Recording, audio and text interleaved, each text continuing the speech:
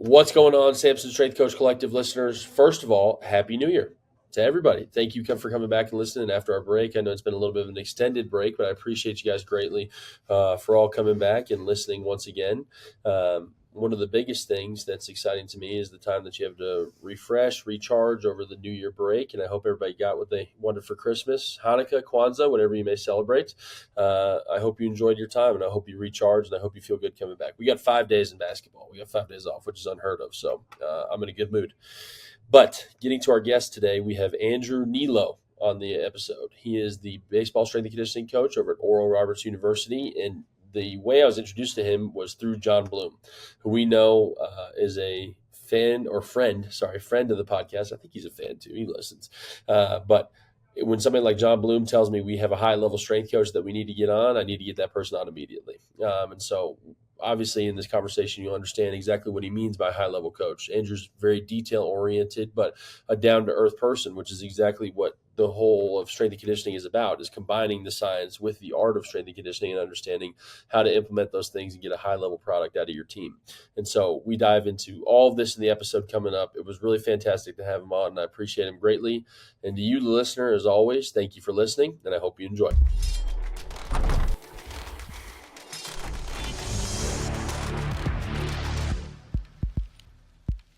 What's going on, Samson Strength Coach Collective listeners? On today's episode, we have Andrew Nilo, Assistant Director of Sports Performance at Oral Roberts University. Andrew, thank you so much for coming on, man. Yeah. Absolutely, brother. Very excited to have you on. I've heard nothing but great things from the amazing John Bloom, who I know you used to work with. So I'm excited to get to speak with you a little bit.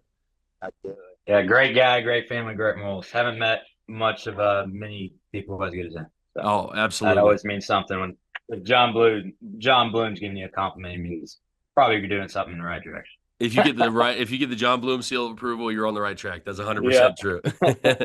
Well, awesome, brother. Let's get right into it. Can you just give me a background of your career and then what's brought you to Oral Roberts? Strength wise, started off at MJP Michael Johnson Performance down there in McKinney, Texas. I believe I was an intern there for about 4 months or 3 months. After there, went back to college, played another year of baseball, got out of it, realized I wanted to be a strength guy, and ended up going to APEC. Was at APEC for, I want to say, 4 months as well. After that, COVID happened. I actually had an opportunity at junior college to be the first director of strength there. Luckily, COVID messed that whole game plan up because I'm not sure if I would survive that. But I ended up getting an internship at TCU, worked underneath Static Deccan for a whole semester and a little bit more in the summer. During that or after that, went to Delta State, was a GA at Delta State.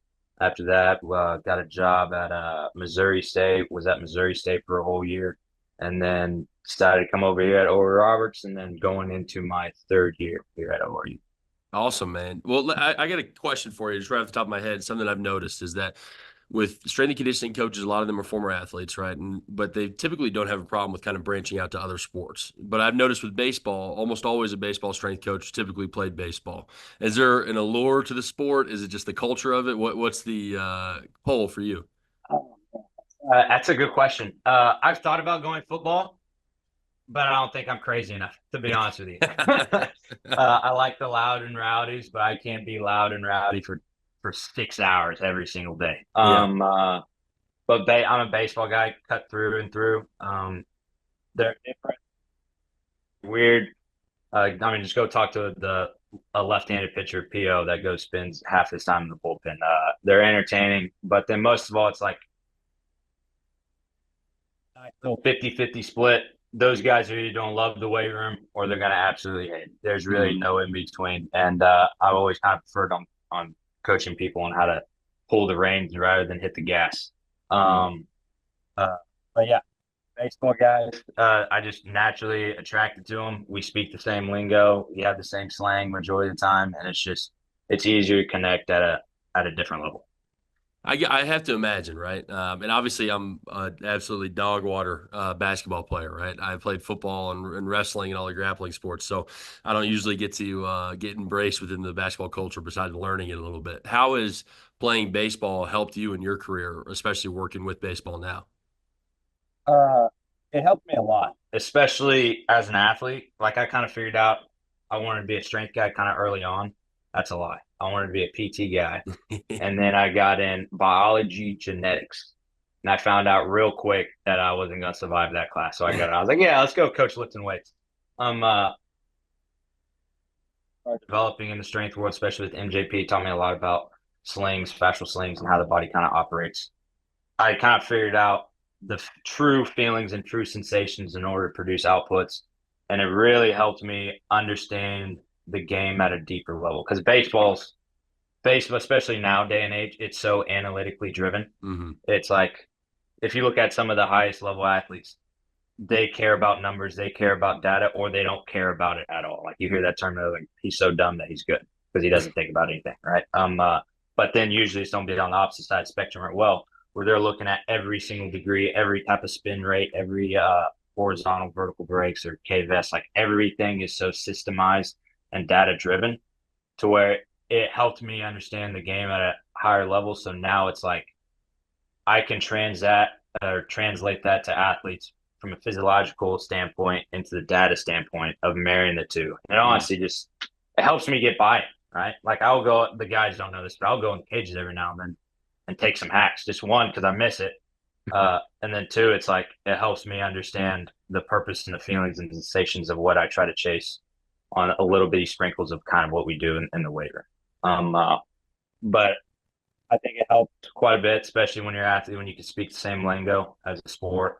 Um, like you throw me in the weight room with like a football squad in there or a basketball squad in there, I'll probably say something to them and it'll go straight over their head. And I'm like, how am I supposed to cue this differently? Or how am I supposed to talk to this guy differently? Because I got to change my entire vocabulary because I'm so baseball driven. Yep. Like you can even ask Bloom. I'll talk to Bloom every now and then. I'll say something super quick of like me agreeing, and it's not even a word, it's a sound.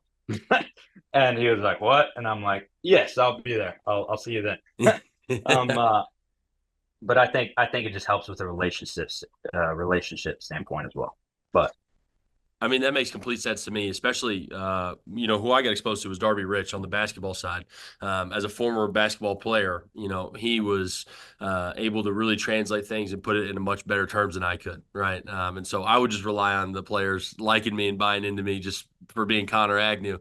But then if I had the additional help of being a basketball player too, I think it certainly would make a difference. it's it's like the 2D and 3D stuff, right? It's Mm-hmm. like you understand the sport, say you've never played the sport, but you understand the biomech, you understand the physiology, and you understand the data, but you've never done it. You've never touched it, you never sensed it, you've never done it. So you're operating in a 2D system. Like the moment you get outside that branch and you actually start experiencing feels and sensations of what it actually feels like, of what you're trying to coach, now we're operating in the 3D model. And that's, I think, that separates like quite a bit. Like I'm a big self-application guy. It's probably why my body's I look okay, I look healthy, but I'm actually made of glass.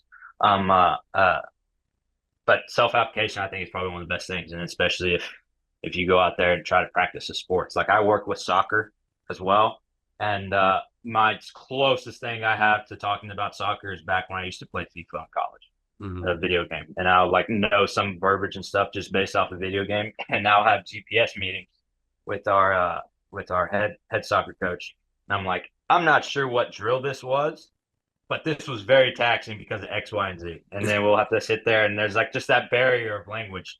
Um, uh, but I operate in a 2D fashion there, right? So Yep. it's like it takes a little bit longer to cook up something rather than baseball world. It's like I could talk to coaches in the exact same lingo and they understand me, and I could talk their language as well as learning how to dumb down my language to match their language. Yeah. Well, it sounds like your soccer coach is going to have to play the show a little bit just to get on your level. Exactly. Um, Um, uh, I mean, how do you handle all the data, right? Because again, it's not only do we have the force plates and all the velocity-based training, all the things that are typically within the weight room, but baseball, and you've already mentioned it, is one of those sports that things outside of the weight room as well too are so data-driven. How do you handle all that? How do you communicate that to your players? And if you have somebody who is so connected to the data, how do you kind of make sure it's not detriment to them? for sure. I try to how I collect my data is I try to make sure it's going to have an impact. Hmm. If I don't think it's going to have an impact, I push it off to the side because it's not worth my time because I have to make sure I have KPIs that are going to affect what I'm actually chasing. In the relationship to extremely general, and then you got the skill specific data. It's more of like marrying the two and trying to find out whether or not we have an engine issue or a driver issue. Hmm. So it's like, okay, let's go upgrade our driver, make sure he can handle the engine. Or it's like, hey, make sure his style of play is matching his anatomy preference. And let's go manipulate some K-Vest stuff based off of he has an extreme braking engine straight up and down or on a force plate or a rebound.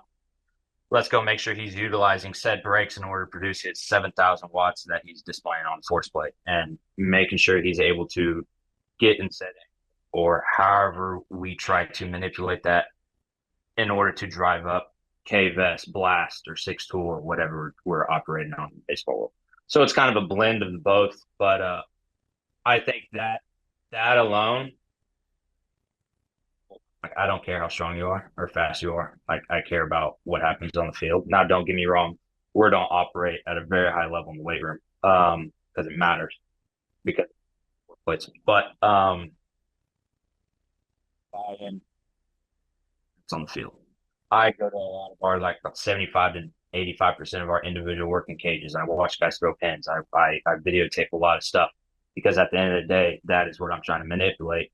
And an RDL might help that, but how we're manipulating that RDL to affect the force plate's going to help determine whether or not we got a driver or engine issue.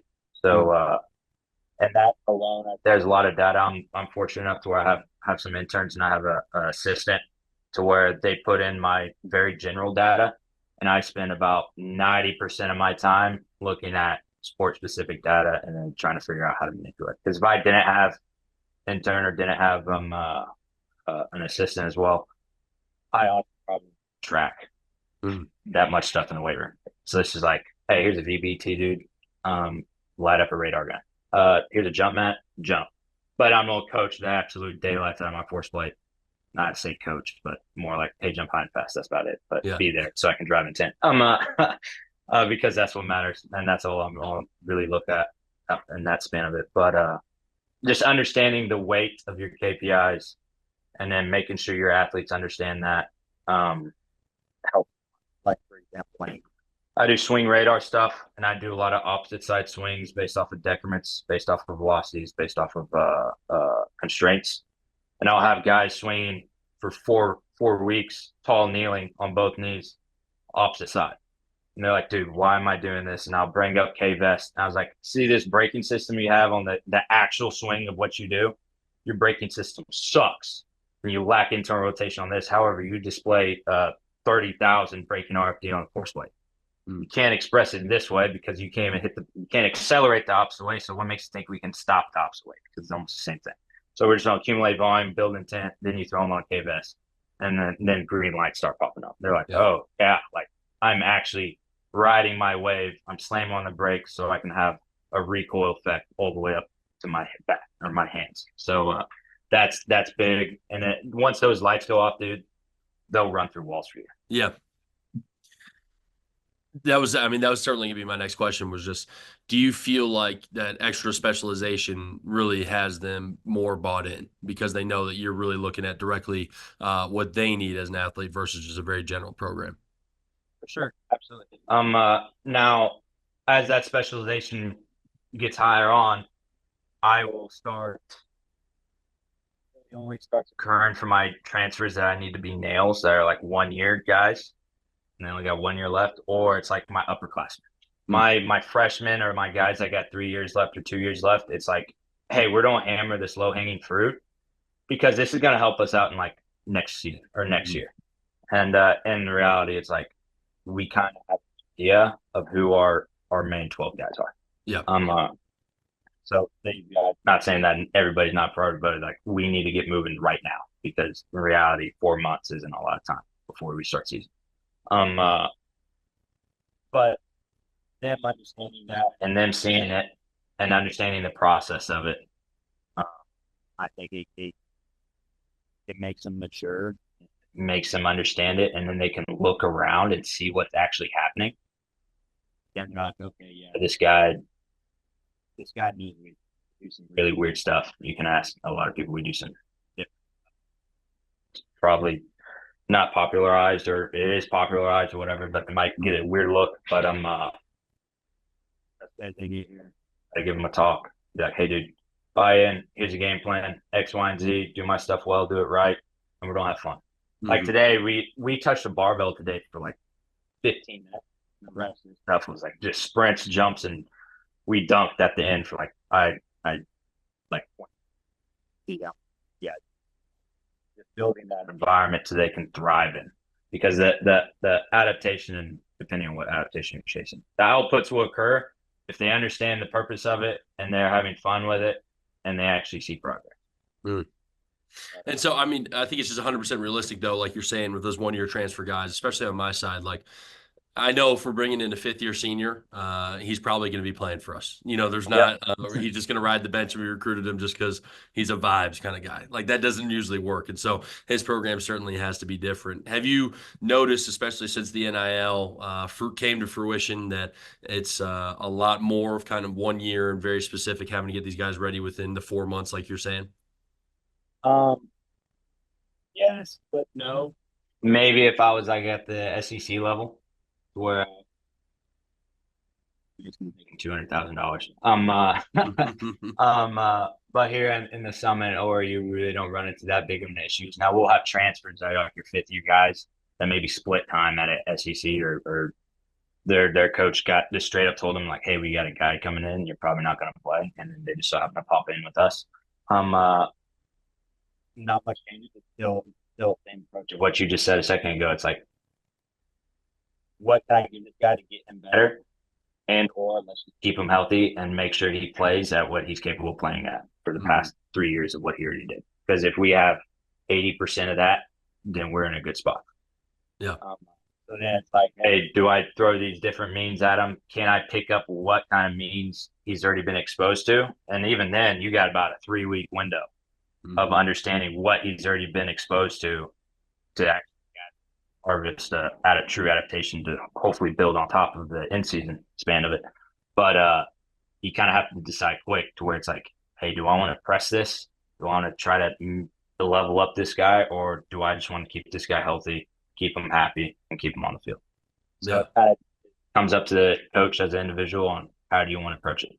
Because you could throw some stuff at him that you think is accurate and you think what he might need, and it might take him completely in the opposite direction, and all of a sudden you got 60% of the guy of what he came to. And that's where I think data and talking to your athletes, like all my transfers, I try to like ask them little questions. They probably don't even realize I'm like, oh, how was I don't know, how was this school? And they're like, oh, and I'm like, what'd you do? And then I'm like, did y'all jump a lot? Did y'all jump after your lift?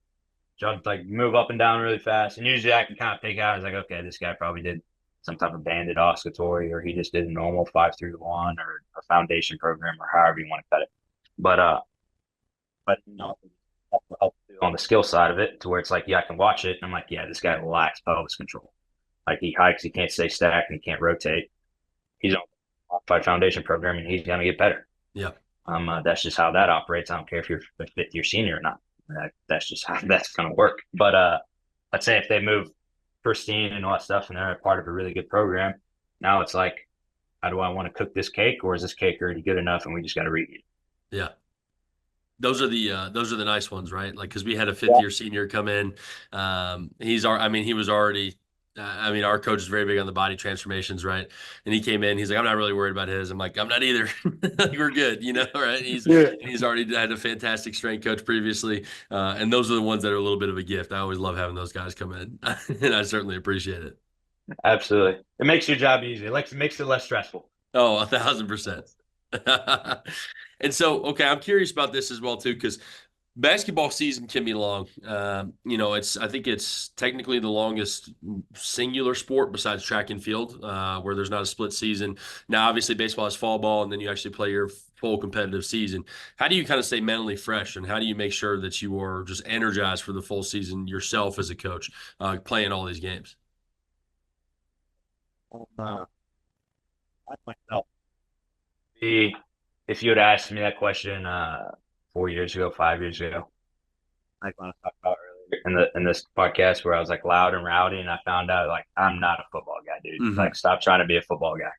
And now don't get me wrong, it's in the tank, and I enjoy bringing it out because it gets me fired up. But it's like I can't sustain that for 9 months Yeah. without coming home with like tension headaches and like, wow, I hate my job. Yeah. So I'm right out of the gate. I I I established my foundation. I established my culture, and I tell my guys straight up, I'm like, hey, dude, you don't do my stuff well, and you don't do it right.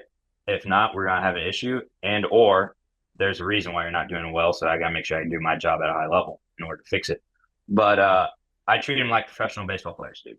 Yep. Like, I'm not gonna hold your hand. I'm gonna teach you how to grow up. You're gonna be a man. I don't break my guys out at the end. I know that's kind of frowned upon, but like, we don't come in, you don't set up your racks, you don't grab your sheets, you don't throw on your working set, I mean your warm up sets, you don't set your entire rack up because I'm not going to touch it. And then you don't sit there and you don't wait on me, and then we don't start partying for about an hour, and then you set your rack back up and you get out. But that's just how that kind of operates with me as an individual. I noticed my quality of life has improved in that way because it's like I used to stress out about I want the barbells on the right side of the rack on the ground. I need my bands hooked up this way exactly to the T. But that stuff, like, I used to like pull my hair out for that. Yeah. But now it's like, hey, dude, I just want it on this side. Right? You can put it diagonal. You can put it on this. Now, if you're hooking something up to the bar, I'm gonna be pretty stingy about it because that stuff matters. But just being real with them and being yourself, I think helps me drastically in the relationship of staying fresh, and it makes it more fun. And it's like you don't have to put on a mask, right? Your guys will know. My guys will know if I'm ramped up and kind of pissed off, or they're not. They'll be like, oh yeah, it was Nilo. Now, if they mess up a little something something, they know that it matters greatly to me. Like, the biggest thing that gets me fired up is if we're doing A-cells and it's a 1 yard buff and somebody's not when they rip their A-cell and they're like too far back or too far forward. Like, that will get me going pretty quick because now you're messing up data. But outside of stuff that actually matters at a really high level, it's like, don't go gray hair. But I think that personally, I made that shift as of 2 years ago. It was just kind of like a 22 moment. And it could be that, now that I'm speaking this out loud, uh, I've actually finally been somewhere where I've established my culture and I don't have to keep pressing it, keep shoving it. They do logos up or set up your rack and all that stuff. And now it just happens naturally. Yeah. And maybe that's what, or it could just be that I've got I'm wrong, but it could be a hybrid. If I'm being, I think that keeps me fresh. It keeps me entertained, not entertained, but it just keeps me plugged in because I'm not just absolutely drained at the end of every single day. Yeah, I think that's such a good point too, and I think, especially what you say about going into our third year, right, and going into a time where you already have your culture established. Like, for me, it's my third year here at App, and I leave it sessions energized, right? Like, it's like fun to have those sessions instead of constantly focusing on the small details and things that I was trying to hammer home my first year. And it's funny, I'm glad you bring this up. It gives me a chance to tell a story. So, like, my big thing is just don't be late. Like, that's like never be late. I don't care at all, right? You know, that's everybody's rule, right? But yesterday we had a lift at 5 p.m. And so it's like 5:01 and the guys are not here. And I literally go straight to the locker room. I ripped the door open because I'm about to blast these guys. Like, it is my one thing, and they all know, right?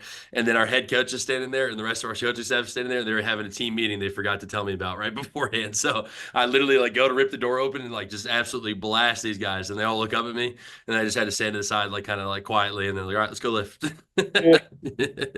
Exactly. But these guys know, right? And it's like the main person I was going to get on was our fifth-year senior who's been with me for 3 years. And it's like, dude, you know exactly what my rules are, and you know how to implement those things. But obviously, that was just a little miscommunication. That wasn't a big deal at all. But again, it's much easier when you have that culture set. Now I'm curious about it because you talk about having a little bit more of a professional culture set up and like letting guys, when they're done, I do the same thing. Check in with me. I'll see you later. Okay. Because there's no need for you to, when my buddy Mike, who takes 15 minutes to, do the most basic things, and then you who takes 5 minutes, you don't need to sit around and wait for Mike to be done. There's no need for that. Whether it's other examples or just how you implement kind of the pro mentality with your weight room, what are the benefits you've seen with your players? I think it's just safe time. It's not. Oh my god. Especially when I talk to them, unless I'm super ramped up and I just cut straight to the point. I tell them I don't like. I think it's. I say this carefully, but I think it's eyewash. Like it's not going to impact. I can say the world nation's best motivational speech. Oh yeah. For example, I just watched Rocky like Yeah. 3 the other day, and I was like, dang, I'm gonna go run tomorrow, and I haven't ran in longer than a mile in about 3 years. I ran, I don't know, maybe a mile, and I couldn't walk the next day. I was like, yeah, that was really stupid on my back. But it's like that motivation was gone. It's about discipline and being able to show up every single day and embrace monotony, right? Yep. And I just try to teach them that in the relationship of like that is how life is. Like the IRS doesn't care. Like the tax through the government people doesn't care. Your brother and sister doesn't care if they got kids, right? Because guess what? Their priorities just changed. Like the only people that probably don't care about you is mom, dad, and if you find yourself a good girl or a good guy to marry. Outside of that, like everything else is business, and you got to show up every single day, regardless if you're tired, sick, or you're just absolutely demolished, baptized for a month. You still got to show up, and you still got to operate, and you still got to do the operation at a high level because what they're doing is that they have the opportunity to even do that at a high level. Mm-hmm. So that is, I try to really preach that to my guys. That just show up, handle your business at a high level, and then once you're done, go home, take care of business elsewhere. Because at the end of the day, it's a job, right? Especially with all this NIL stuff going around. But I think it's good.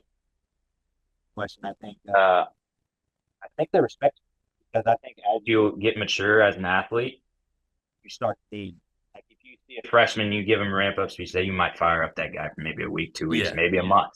Or if you touched his soul with your speech or whatever, maybe a semester, maybe a year. But as they mature, they're like, dude, why are you talking to us for the 20th time this semester about intent?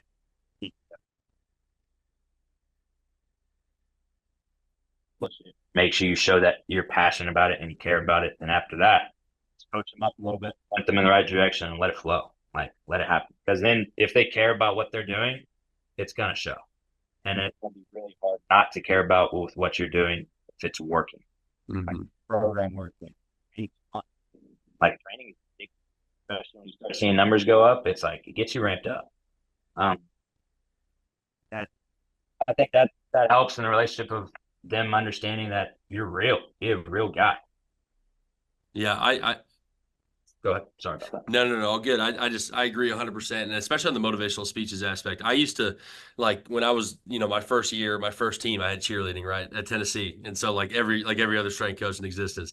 And so I used to try to get them hyped up and everything, and I give them speeches, and now I've literally got three that I'll use, and it's like one per year out of those three, right? And so the one I'll always do is with our guys on our bench press test day, right? Because the NBA 185 test day is always just like I want you to imagine holding your son or daughter in the future, and you look at them and like and I use a little bit more expletives, right? But it's like, am I soft? Like when you can't get that bar off your chest, are you going to say you're soft or not, right? And then usually I'll rip my shirt in half or something, and then it's like just for that one specific day. But I agree with you because the biggest thing I saw at Tennessee was after like the fifth or sixth speech, everybody's like, all right, this has got to be done with. Like, there's no way we can keep doing this every time. And I'm also eating into their training time too. And especially because of how much the coaches actually speak with them too. I don't know how it is with your coaching staff, but ours here, it's not necessarily even motivational stuff, but it's just consistent, even things with the monotony of basketball or things about being consistent every day. There's constant talk about that. So sometimes I've seen the happiest my guys be is when at the end of the day, I'm like, all right, great lift. I'll see you later. and just get out of here because you give them that time. And like you said, you're being respectful of their time. But I think another point to it too is when you talk about embracing monotony, I think that's what helps you be successful throughout a long season like baseball. Because in football, I remember we started 0-2 when I was a GA with Tennessee, and I was like, all right, the season's over. And you could start 0-2 in baseball, and all of a sudden you're still going to College World Series at the end of the year. It differentiates because it's such a long season. So I certainly think just embracing the monotony and getting them more excited is what's going to allow them to be more excited about the season, be more locked in on just showing up on a consistent basis. And I bring up like examples too, because I was fortunate enough to start at some pretty high level private sectors, right? Yep. And so like my first speech is always about the foundation program. And to be honest with you, like I try to put the fear of God into the guys a little bit. Yeah. But that's just that first maybe 2 times in that first week. But I kind of mentioned stuff about life, and then about half the 90% of your roster has a cosign that their parents are co-signed for. I'm like, dude, you're not a grown up and all that stuff. And it's like, this has to happen because of X, Y, and Z.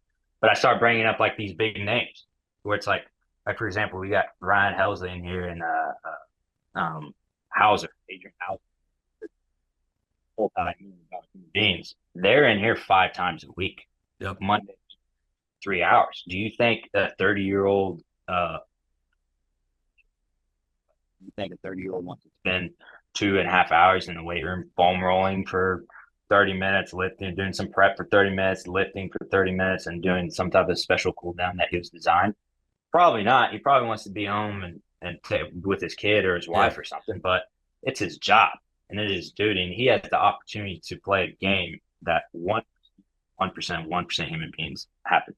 Then I try to relate that to like, they are not that they think they are. Like you might be 80% of the capacity of that guy, and that guy's in it 5 times a week. I'm like, you're not Bo Jackson that you can wake up and just jump 45 inches, have 112 exit velos, and go eat cotton candy for breakfast, lunch, and dinner. I mean, that's just not going to happen. I'm sorry. And I was like, and if it was, you probably wouldn't be here. You would probably already be in the league at the age of 19 or 20.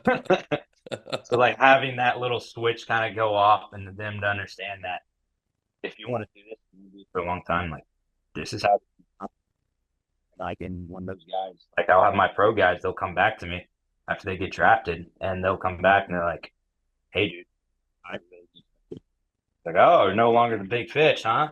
And they're like, yeah. And I was like, we got exposed to some stuff that we actually have to start hammering that they didn't think was that important. Yep. But it's always nice those switches. I love like the DK Metcalf examples, right? Or like oh well, he eats a box of candy, for breakfast, and I'm like, dude, you look like garbage right now. Like you see DK Metcalf, right? Or the Jim Thorpe. That was the one when I was up in upstate New York in that area. Everybody would kind of bring up Jim Thorpe and talk about how he didn't lift weights or anything, right? And it was just like, no man, he's got a city named after him. Like that's a one of one kind of guy. That's not somebody who you can just act as and try to be. But my big thing within strength and conditioning and what is I always talk about and I say consistently is if I'm not having fun, I'm not going to do this job. It's just simple. And so what is the fun for you in strength and conditioning? How do you kind of get the joy out of strength and conditioning? That's a good question. I just had a kid. He's 5 months. Oh, congratulations. That's awesome. Appreciate you. And that has truly tested. I thought I knew what tired was. And I got exposed to a whole new tire. Like I used to wear that like a badge of honor. I'm like, dude, I can rip 5 hours of sleep, 4 hours of sleep for 3 days in a row and operate at a high level. Then you throw some 1 hour, 2 hour pieces at you. You're like, okay, that's a different ball game. But that did challenge me a little bit this year. But it still is. Don't get me wrong. It's like watching your athletes succeed, but mostly like if you get somebody out of pain who's been in pain half their life, like that. That's everything. It's like, dude, I've never swung or I've never thrown without my back or hips feeling like they're about to explode, or it feels like I'm ripping my adductor. And then you clean that up, like that guy's don't come to you for the rest of his life. Yep. But that's always brought me joy. Watching or watching like a freshman just grow up into like a junior or senior, watching them mature. It's always cool to see. But at the end of the day, like I'm blessed, and I have the opportunity to do. I'm not sure how many. I want to say there's 230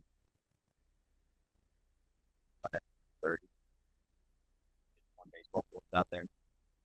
One of the, I don't think it's better, but it's one of them, right? And then however many baseball strength coaches out there are all fighting for tooth and nail just to get a GA. Yep. And I'm in a spot where it's like, dang, sometimes I'll go home and I'll actually look at my wife. I'm like, I'm not sure what burnout feels like because I've never been burnt out, but I would imagine like this is kind of what it might seem like. But not blaming the kid. Love the kid to death. But I think that might have been a little bit factor of the sleep. Oh yeah. This is a whole new territory, a whole new water I've never been in. But I always think about that in a relationship. I'm like, you know how many people want my job? And you know how many people look up to me as an individual? I'm like, oh yeah, I want to do what Andrew Nilo does, or I want to. They DM me, ask me questions, all that stuff. I'm like, dang, dude, like you're in a really good spot. You're in a cool spot, and you have opportunities outside of this, but you choose to stay here because you kind of like it.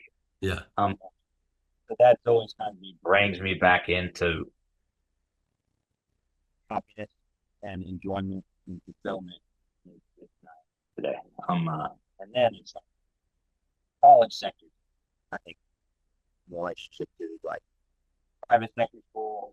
Don't get me wrong, fine, right? If you know me, like I don't like talking. I already kind of mentioned that, but I kind of don't because I'm actually kind of good at it. But coffee talk, like if I'm not interested in what we're having, I'm gonna let you know, and I'm gonna kind of like end the conversation pretty quick. I'm like, oh, that's sick, dude. That's dope. Yeah, steak.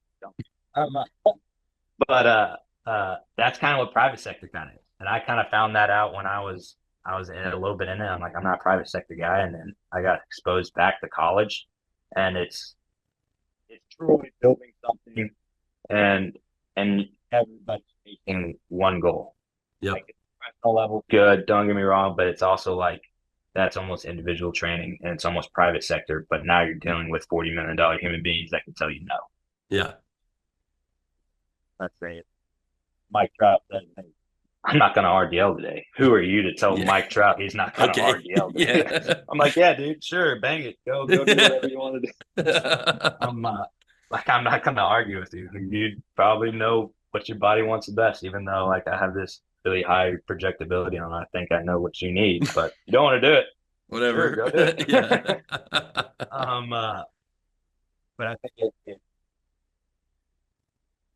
fun me in the loop, and it keeps me. It also keeps me young. Being around that type of age group, and it keeps it fun and it keeps it entertaining. And the team setting is fun for me. Like I get ramped up when I got 45 guys in front of me. It reminds me of football. That's the first day of foundation program. It's probably the most ramped up I'd be, and every time after, I'm like, dang, I want to get back in football. And then it's like, after I ripped that stuff for about 3 weeks, I'm like, yeah, I don't want to be back. Yeah, no longer. But no, yeah. To answer that question, just understand I'm in the people that reach out and say, or they ask questions, or they want to jump on a phone call, or ask if I'm doing certain extracurricular stuff outside of work and if they can join it or whatnot. And just having people reach out to me and asking if I'm interested in other opportunities, it's cool. Early on, I'm in a good spot, and there's people that want that spot, so that should mean like, hey, why are you feeling X, Y, Z? Like you're there, like yeah, where you want to be. So like I'm not sure what fulfillment else you need to find, balance out your work to life ratio, and then obviously your sleep ratio, because that can manipulate a lot of stuff. But no, yeah. Hope that answered your question. No, it does. It does 1,000%. And I appreciate you, man. I appreciate you being open about it, especially with the lack of sleep. That's where, sometimes we'll hit a late night lift, and then I'll come back in first thing in the morning. I'll be on like 4 hours of sleep. And I'm like, man, I cannot imagine having a kid now. So it's just brutal. But thank you, Andrew. I really appreciate you coming on, man. It's been a ton of fun getting to know you. I appreciate you big time, man. I appreciate you having me on. Absolutely, brother. Have a good rest of your day.